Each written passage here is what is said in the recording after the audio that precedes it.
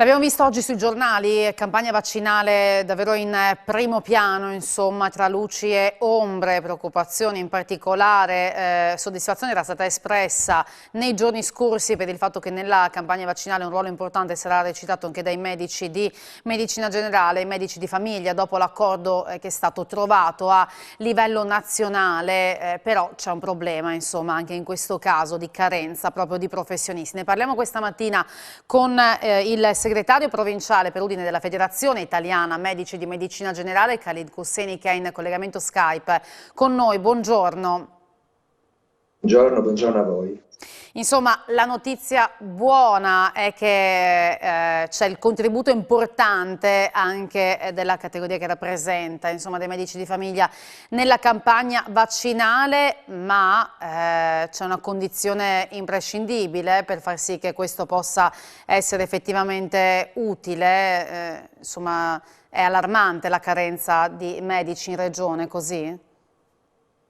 Allora, più che allarmante, più i medici in regione, che purtroppo in tutta l'Italia la carenza dei medici è ovunque in tutta l'Italia, perché questo nasce da lontano per una, come dire, sbagliata programmazione nazionale. Certamente non la troviamo oggi, da anni e anni Finge ha sempre ha detto, insomma, che bisognava programmare, bisognava aumentare il numero, insomma, di colleghi che fanno la medicina generale, perché sapevamo che da qui fino al 2023 ci sono 40.000 pensionamenti. È chiaro che arriviamo oggi tardi, però insomma è importante che si prendano dei provvedimenti per aver, come per dire, gente oggigiorno, trovare gente. Oggi c'è difficoltà, anzi l'ultimo incontro in comitato aziendale, addirittura racconto anche questo, abbiamo dovuto consentire e pregare un collega che andava in pensione questo mese di proseguire per qualche mese in attesa di trovare un giovane collega sostituto al posto suo, perché purtroppo in mancanza di medici altrimenti abbiamo il rischio che la popolazione rimanga senza assistenza. Questa è una cosa assolutamente diciamo, è problematica, è un problema, insomma, non è da poco, ecco, per la popolazione, soprattutto anziana, che ha bisogno del medico di famiglia. Ieri in terza commissione si è parlato del caso di Aquileia, per esempio dopo la petizione che è stata portata proprio all'attenzione della Regione, ma credo ci siano altri casi, insomma c'è anche nel Friuli Collinare, nel Friuli Centrale, una situazione di questo genere.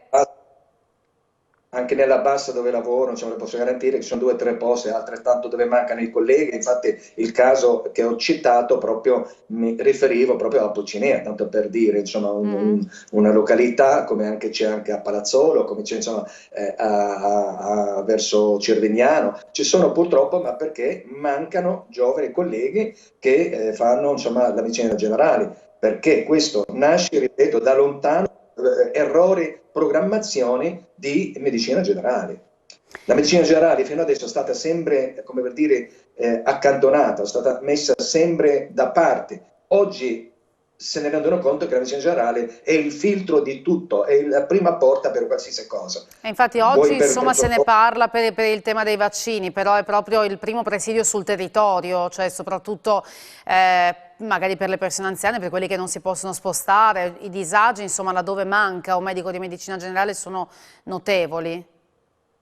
Che per il discorso delle vaccine, giustamente quello che citava lei anche adesso, perché il nostro coinvolgimento sicuramente cambierà il passo. Basta pensare in 2 numeri, insomma, in Italia siamo oltre 50.000, 69 per l'esattezza, ma oltre 50.000, basta che facciano 10 vaccinazioni al giorno, faccia il conto lei, oltre 500.000, insomma, di vaccinazioni. Allora sì che si può fare, però chiaro, questo tutto è imprescindibile dalla materia prima, perché se purtroppo manca la materia prima, è ovvio, se manca il vaccino, il fornimento, cioè, dei vaccini, è ovvio che non possiamo fare grandi cose, insomma, senza vaccini non possiamo vaccinare. Ecco, è importante però che ci siano i vaccini, però una volta che siamo coinvolti, assolutamente tutti quanti se ne renderanno conto del cambio di passo e quanto è importante il coinvolgimento della medicina generale. Ecco, dunque un cambio di passo, il coinvolgimento, però appunto i numeri anche in questo caso, quindi se ne sta parlando adesso di questa problematica anche a livello regionale, voi stessi avete avuto un incontro proprio lunedì, se non sbaglio, ne avete parlato, ecco, cambio di passo, cosa vuol dire adesso concretamente, cosa si può fare, come si cambia questa situazione? Credo che non sia immediato, però primi passi da fare.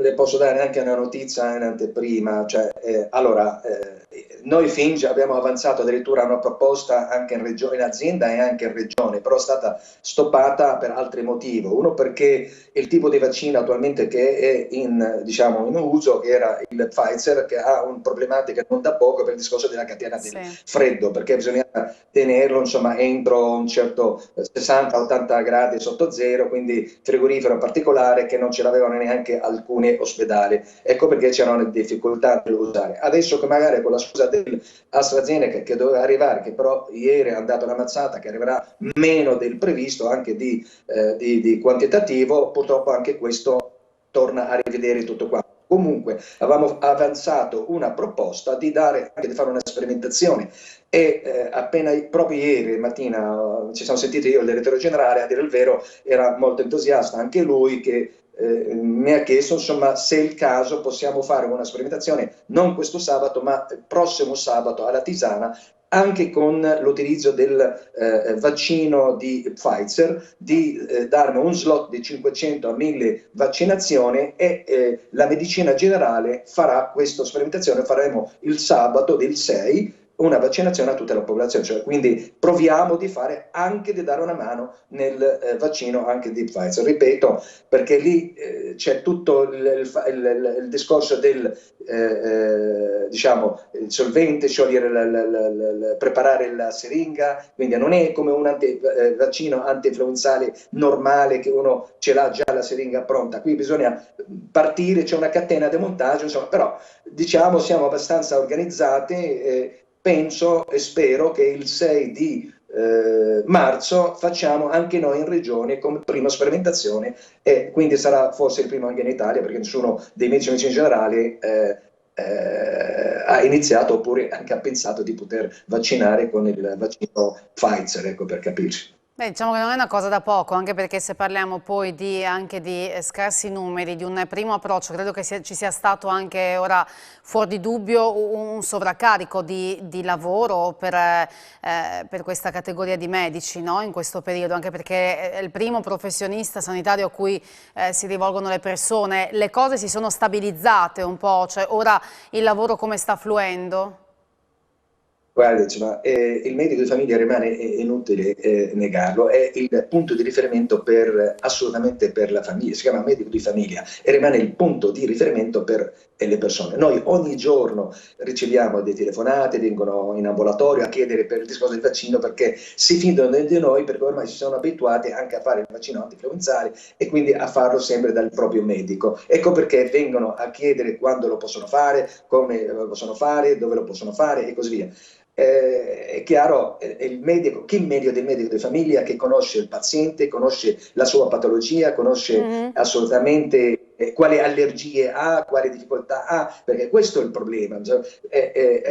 Diciamo in regione e in Italia hanno, secondo diciamo, l'accordo anche a Arcure, che hanno dovuto arruolare i colleghi che sono andati in quiescenza, voglio dire, gente che anche non conosce i pazienti e per andare a fare i vaccini anche a casa. Solo vi do un dato, che hanno arruolato i colleghi, di media fanno all'ora un vaccino all'ora per andare a casa, perché devono trovare la casa, andare lì, vedere la sua patologia, somministrare il vaccino, aspettare mezz'ora per vedere se c'è una reazione o meno, lei comprenderà che tra l'altro ha un costo esagerato perché queste colleghe sono a gettone, prendono mi pare da 60 a 80 euro all'ora. Immagine lei che il collega va lì con uno o due infermiere, con una macchina aziendale, risorse all'infinito, cioè sono Chiaro, si buttate e diventa bruciate. anche antieconomico.